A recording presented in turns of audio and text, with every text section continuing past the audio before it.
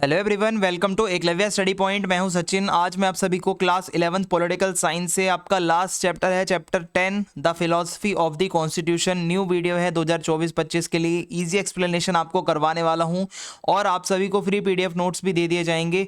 तो आज का चैप्टर शुरू करने से पहले आपसे रिक्वेस्ट है कि आप फीडबैक में ज़रूर बताना कि आपका पॉलिटिकल साइंस का सफ़र कैसा रहा क्लास 11th का, क्योंकि इसके बाद अब मैं आपको सीधा क्लास 12th में मिलूंगा। तो आपसे रिक्वेस्ट है कि आप ज़रूर बताएं, उसी के बेसिस पे फिर मैं आगे का कंटेंट बनाऊंगा आपका क्लास 12th का।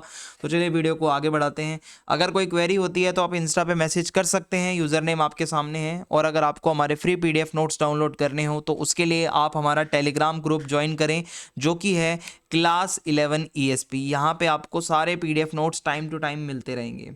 अब हम आगे बढ़ते हैं। तो सबसे पहला टॉपिक है what is the philosophy of the constitution, यानी कि कॉन्स्टिट्यूशन की फिलॉसफी का मतलब क्या है। तो देखो, कुछ लोग ऐसे हैं जो मानते हैं कि constitution is only about laws and separate from values and morality, कि जो कॉन्स्टिट्यूशन है ना उसमें बस लॉज की बातें लिखी होती हैं, कानून वगैरह, उसमें कोई वैल्यूज, कोई अच्छी बातें, सही गलत, मोरालिटी, फिलोसफिकल बातें नहीं लिखी होती। बट बहुत से लॉज हमारे ऐसे भी होते हैं जो कि वैल्यूज पे बेस्ड होते हैं, जैसे कि for example a law against discrimination is based on equality. ठीक है, यानी कि इक्वालिटी की वो वैल्यू है ना कि भाई किसी के साथ गलत मत करो, डिस्क्रिमिनेशन मत करो। So the constitution is not just a legal document but a moral guide also. ठीक है, ये सिर्फ एक लीगल डॉक्यूमेंट ही नहीं है बल्कि ये एक मॉरल गाइड भी है। इसके अंदर बहुत सी चीज़ें ऐसी हैं जो हमें सही और गलत के बारे में बताती हैं। आगे बढ़ें।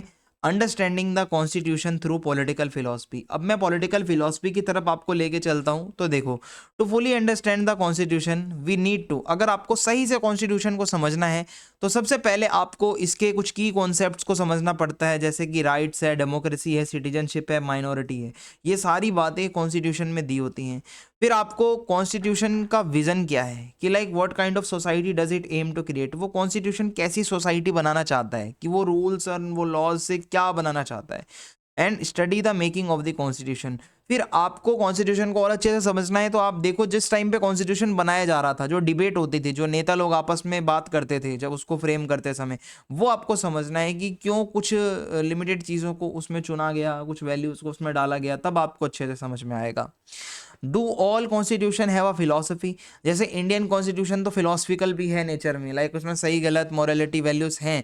बट क्या सभी कॉन्स्टिट्यूशन में ऐसा है? So no, not all constitution have a strong philosophy. अगर मैं आपको बताऊं, फॉर एग्जांपल जापान का जो कॉन्स्टिट्यूशन था 1947 का, उसको पीस कॉन्स्टिट्यूशन भी कहा जाता है, क्योंकि वो पीस को प्रमोट करता है। क्योंकि उसमें आर्टिकल 9 कहता है ban war and military forces in Japan. ठीक है, कि भाई कोई लड़ाई नहीं होगी, मिलिट्री फोर्सेस भी नहीं होंगी। So this was influenced by Japan history after world war second, कि वर्ल्ड वॉर सेकंड में जापान को इतना नुकसान हुआ तो उसके बाद ऐसा कॉन्स्टिट्यूशन बना। तो हर कॉन्स्टिट्यूशन फिलोसफिकल नहीं होता, ये याद रखना। Why is political philosophy important, क्यों ये जरूरी है? तो देखो, people interpret the constitution's values differently in politics, media and schools. जो अलग अलग लोग होते हैं वो कॉन्स्टिट्यूशन को अलग अलग तरीके से इंटरप्रेट करते हैं, उसकी वैल्यूज को अलग अलग इंटरप्रेट करते हैं। Some even misuse constitutional values for personal और पॉलिटिकल गेन। कुछ लोग ऐसे होते हैं जो कि कॉन्स्टिट्यूशन की अच्छी बातों को, वैल्यूज वाली बातों को अपने फायदे के लिए यूज करते हैं। ठीक है, पॉलिटिकल फायदे के लिए यूज करते हैं। So we must compare these interpretations and ensure the meaning of the constitution is followed. हमें क्या करना है, जो ये जितने भी इंटरप्रिटेशंस हैं, ठीक है, उसको देखना है अलग अलग लोग क्या कह रहे हैं, और उसके बाद जो मीनिंग है हमें समझ में आएगा कि हाँ सही मीनिंग क्या है। सभी लोगों के बारे में आपको जानना है कि किसने क्या बोला है, कॉन्स्टिट्यूशनल फिलॉसफीज के बारे में इंटरप्रिटेशंस क्या दी हैं, ये समझना बहुत ज़रूरी है। Why do we need a constitution. अब अगर आपके मन में सवाल आता है कि आखिर हमें कॉन्स्टिट्यूशन की ज़रूरत क्यों है, तो the constitution helps to control and limit the power of the state. State का मतलब होता है नेशन, कोई भी देश। अब मान लो अगर कोई वहाँ पे नियम नहीं होगा, कानून नहीं होगा, वो नेता अपनी मनमर्जी से कुछ भी करता रहेगा, तो ऐसे में क्या होता है कि वहाँ पे लिमिट नहीं होगी उसकी पावर पे, स्टेट की पावर पे। तो अगर स्टेट की पावर को कंट्रोल करना है, लिमिट में रखना है, तो कॉन्स्टिट्यूशन चाहिए। फिर है मॉडर्न स्टेट्स, यानी कि जो आज की कंट्रीज़ हैं वो बहुत पावरफुल है, और वो बहुत बारी अपनी पावर को मिसयूज़ भी कर सकती हैं अगर उस पर एक चेक ना रखा जाए, यानी कि उसको कंट्रोल में रखना बहुत ज़रूरी है। अदरवाइज जो नेता लोग हैं वो गलत यूज़ करेंगे अपनी पावर्स का। History shows that governments can harm people's interest, so rules are needed to prevent tyranny. इसका मतलब है, इतिहास गवाह है, ये बताता है कि जब गवर्नमेंट को पूरी खुली छूट दे दी जाती है तो वो अक्सर नुकसान पहुंचाते हैं लोगों को। तो ऐसे में बहुत ज़रूरी है कि गवर्नमेंट्स के ऊपर कुछ कंट्रोल रखा जाए। सो ये जो कॉन्स्टिट्यूशन है ये कुछ रूल्स सेट करता है जिससे कि पावर, जो गवर्नमेंट की पावर है वो फेयरली और जस्टली यूज़ होती है। ठीक है, आगे बढ़ते हैं। Constitution as a tool for social change, इसका मतलब है कॉन्स्टिट्यूशन सिर्फ पावर को ही कंट्रोल में नहीं रखता बल्कि सोशल ट्रांसफॉर्मेशन भी ला सकता है। यानी कि पहले की सोसाइटी में रोक टोक बहुत होती थी, ऊंच नीच जात पात बहुत थी, लेकिन कॉन्स्टिट्यूशन के आने से सोशल ट्रांसफॉर्मेशन हुआ, ये सब चीज़ें ख़त्म हो गई।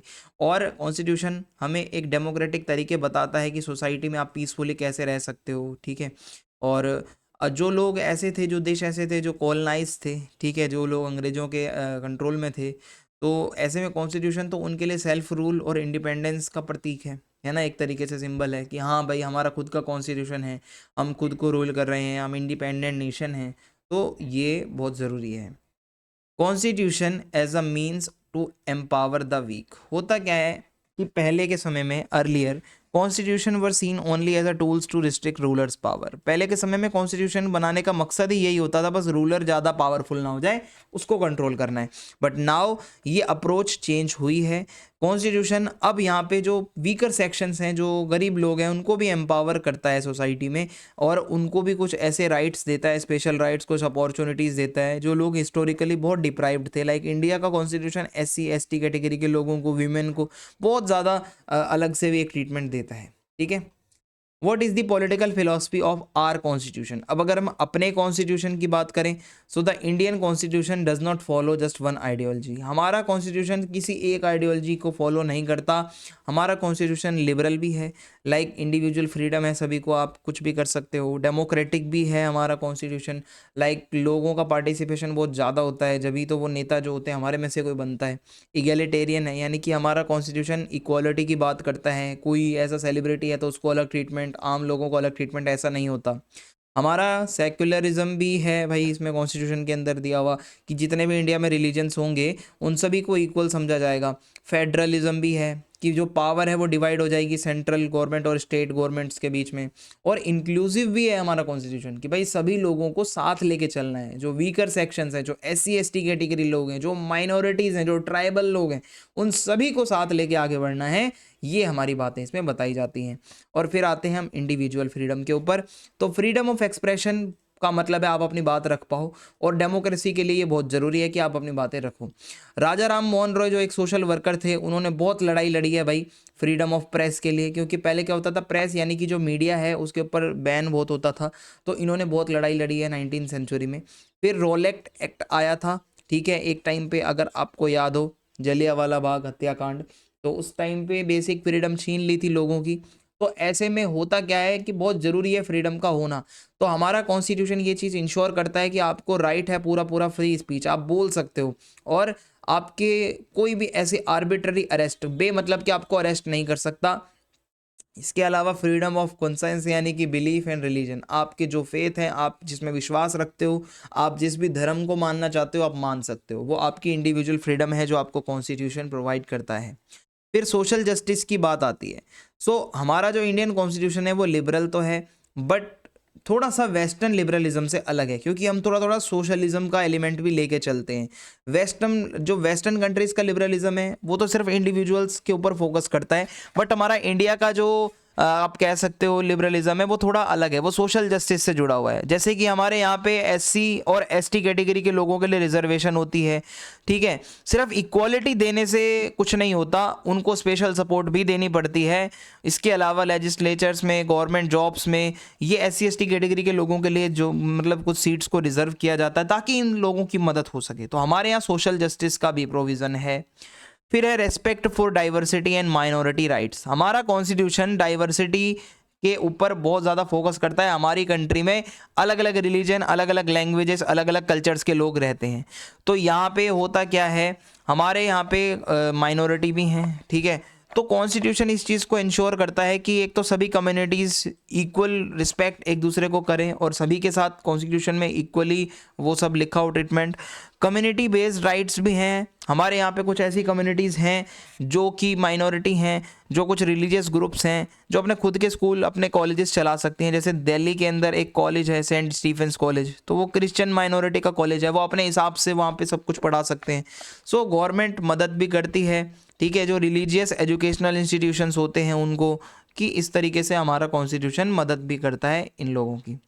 सेक्युलरिज्म इन दी इंडियन कॉन्स्टिट्यूशन। अब हमारा यहाँ पे क्या है सेक्युलरिज्म, देखो वेस्टर्न कंट्रीज़ का क्या होता है कि रिलीजन और स्टेट पूरी तरीके से अलग रहता है, पर हमारा जो इंडिया का सेक्युलरिज्म है उसमें क्या है कि रिलीजन और स्टेट बिल्कुल एक तरीके से अलग नहीं रहता, क्योंकि हमारे यहाँ पे स्टेट जो है वो रिलीजन के मामलों में इंटरवेन कर सकता है। जैसे किसी रिलीजन में अगर अनटचेबिलिटी है तो वो स्टेट उसको बैन कर सकता है, छुआछूत को।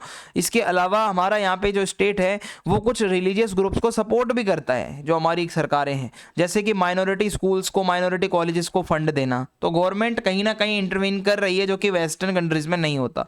बेसिकली गोल यही है, फ्रीडम, इक्वालिटी और सोशल जस्टिस को ही प्रमोट करना है। Universal franchise right to vote for all, यानी कि आप अगर 18 से ऊपर हो तो कॉन्स्टिट्यूशन में लिखा है कि आप वोट डाल सकते हो। इंडिया ने यूनिवर्सल एडल्ट फ्रेंचाइज यानी कि 1 पर्सन 1 वोट, हर किसी को एक वोट मिलेगा, ये हमने अपना रखा था।